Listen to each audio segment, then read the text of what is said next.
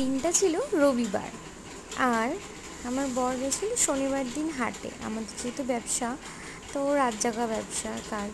Hot করে আমাকে ভোর 4টের সময় ফোন করে, বলে কি যাবে বড় মার কাছে।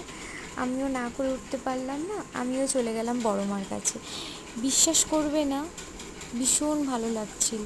প্রথমে দেখলে না, আমরা গঙ্গার ঘাট থেকে গিয়ে পা হাত পা ধুয়ে মাথায় জলের ছিটা দিয়ে আসলাম গঙ্গার পাড়ে। তারপরে ডালা কিনে লাইনে দাঁড়িয়ে পড়লাম। ভীষণ লাইন ছিল, কিন্তু বিশ্বাস করবে না, লাইনটা না খুব তাড়াতাড়ি এগোচ্ছিল। আর মন থেকে হয়তো ঠাকুরকে ডেকে, মানুষের মানুষের যদি ভক্তিতেই ভগবান বলে না, তাই মন থেকে ভগবানের কাছে কিছু চাইলে হয়তো সত্যিই পাওয়া যায়।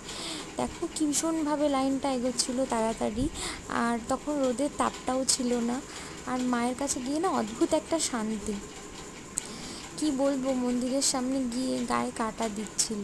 কেন জানি না, দুবার গেছি এই নিয়ে আমি, একবার আমার মার সাথে আর একবার ওর সাথে গেলাম। বিয়ের পর প্রথম ওর সাথেই আমি গেলাম। ভীষণ ভালো লাগছিল। আমার বড়মশাইকে দেখালাম, আমার বড়মশাই ফটো তুলতে ব্যস্ত ঠাকুরের মন্দিরে। আর ও মানে খুব মানে ঠাকুরকে, আর আমিও মনে করি। এই যে আর ওই পিছনে দেখছো না যে দাদাটা, ওটা হচ্ছে দাদা। এই দাদা, আমি আর আমার বড়মশাই চলে গেলাম। বলে না যে মন থেকে চাইলে, এই দেখো বড়মার মুখটা, কি বলবো তোমাকে, অদ্ভুত একটা শান্তি। অত মানুষের মাঝখানে পুজো দিয়েও একটা শান্তি।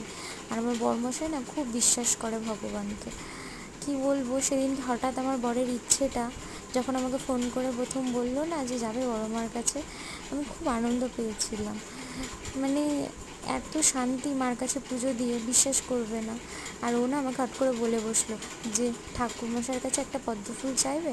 আমি যখন আঁচল পেতে ঠাকুরমশাইয়ের কাছে ফুলটা চাইলাম, যখন দিল ফুলটা, খুব শান্তি পেলাম। আর সবার ওখানে একটাই কথা, জয় বড় মা, ধর্ম যার যার, বড় মা সবার। আমি বিশ্বাস করি ভক্তিতেই মানুষের ভগবান। আর খুব শান্তি পেলাম। তোমরা জানিও কেমন লাগলো আমার ভিডিওটা, অবশ্যই কমেন্ট